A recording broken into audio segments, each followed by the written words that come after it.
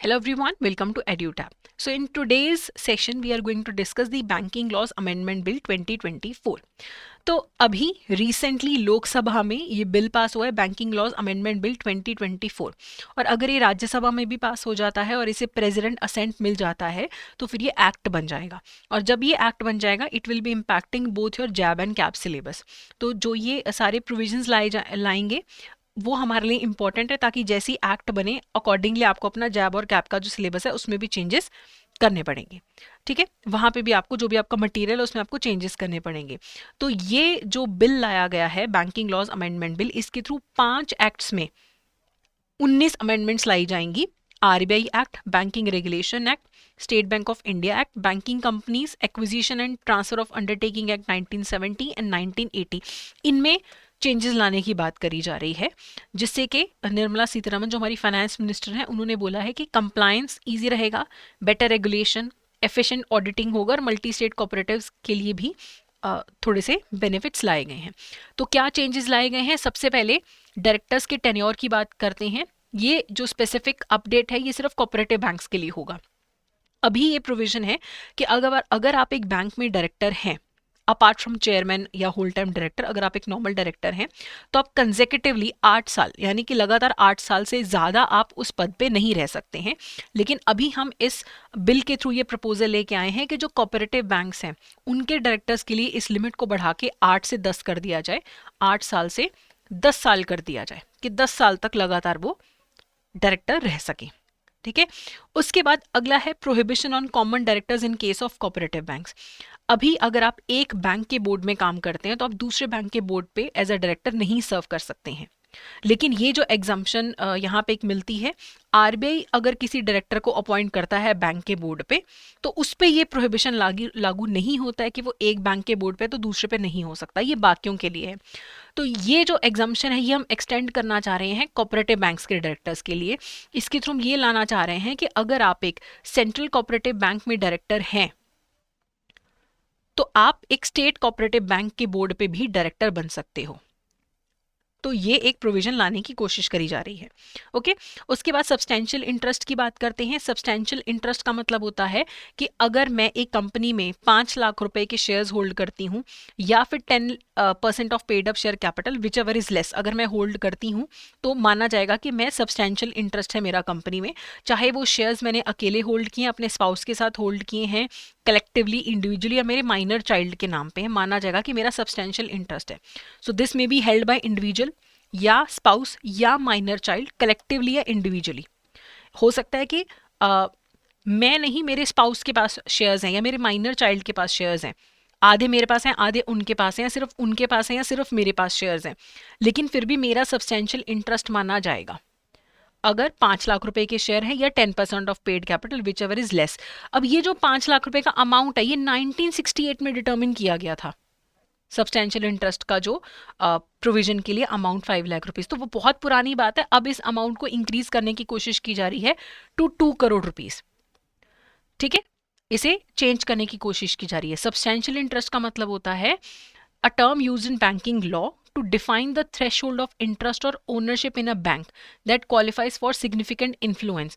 substantial interest का मतलब है कि आपकी significant influence है, लेकिन 5 लाख रुपए तो बहुत ही कम अमाउंट है ना, तो इसीलिए अब 2 करोड़ तक के लिए इसको इंक्रीज करने की बात करी जा रही है। देन अगला है remuneration of auditors. At present जो भी रेम्यूनरेशन मिलता है ऑडिटर्स को, बैंक के ऑडिटर्स को मिलता है, वो आरबीआई फिक्स करता है in consultation with the central government के बैंक के ऑडिटर्स को कितना पे करना है बैंक वालों ने, ये RBI in consultation with central government decide करता है। अब ये बिल ये एम्पावर करेगा बैंक्स को कि वो अपने ऑडिटर्स का रेम्यूनरेशन खुद से डिसाइड कर सके। So this change has also been brought. Then there is a change in the definition of fortnight for cash reserves. पहले क्या होता था, फोर्टनाइट का मतलब क्या होता है, वो 15 दिन जो होते हैं। ठीक है, तो अभी जो हमारा आरबीआई एक्ट है वो ये बोलता है कि शेड्यूल्ड बैंक्स को एक certain level of average daily balance का एक सर्टेन परसेंटेज कैश रिजर्व्स के तौर पे आरबीआई में मेंटेन करना है। वो जो कैश रिजर्व रेशो होता है, तो एक एवरेज डेली बैलेंस जितना होगा उसका एक certain percent cash reserve ratio के तौर पे रखना है। This average daily balance is based on the average of balances held by banks at the closing of business of each day at a fortnight. अब ये कैलकुलेशन कैसे होता है, इसके लिए फोर्टनाइट का जो एवरेज बैलेंस है वो भी हमें इन पिक्चर लाना पड़ता है। तो पहले क्या था, 15 दिन वो जो डिसाइड होते थे ना, उसमें थोड़ा सा गड़बड़ होती थी। ठीक है, फोर्टनाइट कैसे डिफाइंड होता था, from Saturday to the second following Friday. Saturday से अगला जो सेकंड फॉलोइंग फ्राइडे तब तक के जो 15 दिन है उसे एक फोर्टनाइट माना जाता था। तो ऐसा होता था, मान लो 7 दिसंबर से लेके 20 दिसंबर ये एक फोर्टनाइट, अगला फोर्टनाइट 21 दिसंबर से 3। ठीक है, तो ये अगले महीने तक में शिफ्ट हो गया, मतलब कैलकुलेशन थोड़ा सा डिफिकल्ट होता था। अब इसे चेंज करने की कोशिश की जा रही है। अब फोर्टनाइट कैसे कैलकुलेट होगा, first day to the 15th day of each month पहला फोर्टनाइट, पहले 15 दिन पहला फोर्टनाइट, और 16वें दिन से लेके जो आखिरी दिन होगा महीने का वो अगला फोर्टनाइट, कि पहले 15 दिन अगले 15 दिन, 2 फोर्टनाइट्स हो गए। पहले बड़ा अजीब सा डेफिनेशन था कि सैटरडे से लेके सेकेंड फॉलोइंग फ्राइडे तक को एक फोर्टनाइट माना जाएगा, तो वो मिक्स सी डेट्स आती थी, है ना। अब इस 3 तारीख के बाद के सैटरडे से कैलकुलेट करो, अब क्या है, आधा आधा एक तरीके से महीना हो जाएगा कि पहले दिन से लेके 15 दिन तक पहला फोर्टनाइट, 16 तारीख से लेके अगर 30 तक का महीना है तो 30 तारीख को फोर्टनाइट खत्म होगा, 31 का महीना 31 को खत्म हो जाएगा, 28 का महीना तो 28 को फोर्टनाइट एक माना जाएगा खत्म। तो ये 2 फोर्टनाइट्स, ये डेफिनेशन चेंज करी जा रही है जिसके बेसिस पे cash reserve ratio define, cash reserve bank ने मेंटेन करने थे आरबीआई में, उसको थोड़ा सा कैलकुलेशन को सिंप्लीफाई किया जा रहा है। ठीक है, regulatory reporting deadlines propose to the 15th and the last day of every month, replacing the existing second and fourth Friday. अब जो रिपोर्टिंग होगी वो 15 तारीख को और last day of every month, ये जो बीच बीच की डेज कैलकुलेट करने वाला जो काम है इसे खत्म किया जा रहा है। एक और बहुत इंपॉर्टेंट है, ये आपका पीपीबी जो है जैब में, उसके लिए भी काफी इंपॉर्टेंट है ये नॉमिनेशंस को। The banking regulation act allows single और joint deposit holders to appoint a nominee for their deposit. अभी आप एक पर्सन को अपना नॉमिनी बना सकते हो, है ना।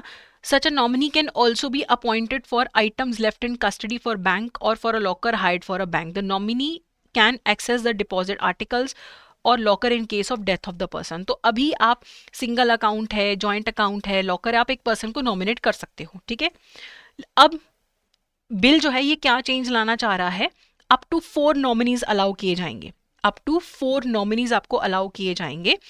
अगर आपके बैंक में डिपॉजिट है फिर आप सक्सेसिवली या साइमल्टेनियसली 4 लोगों को अपना नॉमिनी बना सकते हो।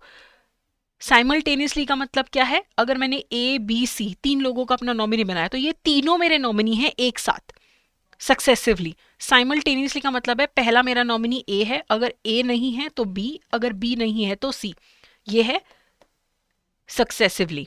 साइमल्टेनियसली है ए बी सी तीनों एक साथ मेरे नॉमिनी हैं इन case of deposits.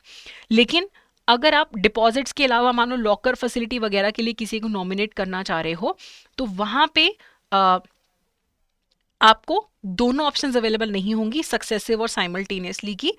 In case of simultaneous nominee the nomination will be effective in a declared proportion. अगर साइमल्टेनियसली आप लोगों को नॉमिनेट कर रहे हो the nominations will be effective in a declared proportion, कि मैं 25% इस ये मेरा नॉमिनी है, 35% ये है और बाकी के लिए ये है मेरा 40% के लिए ये मेरा नॉमिनी है, ऐसे मैं नॉमिनेट कर सकती हूँ साइमल्टेनियसली के अंदर।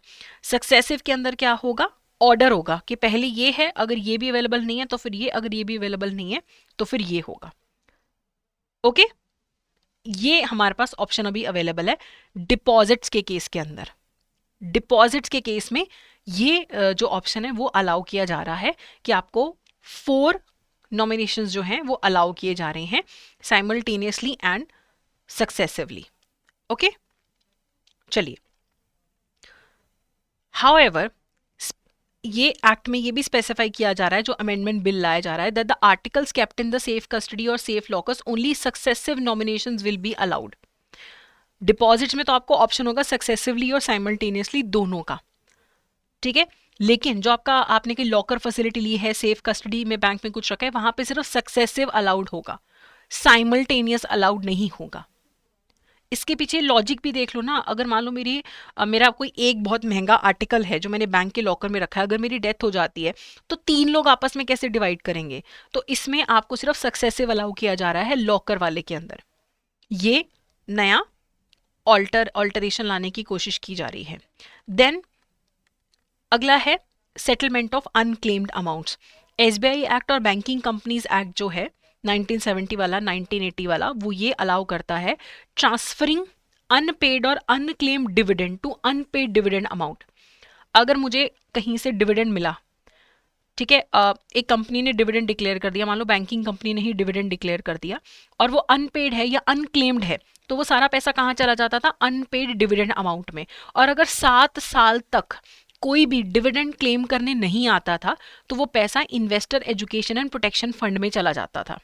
अब इसका स्कोप बढ़ाया जा रहा है, ठीक है, इसका स्कोप बढ़ाया जा रहा है।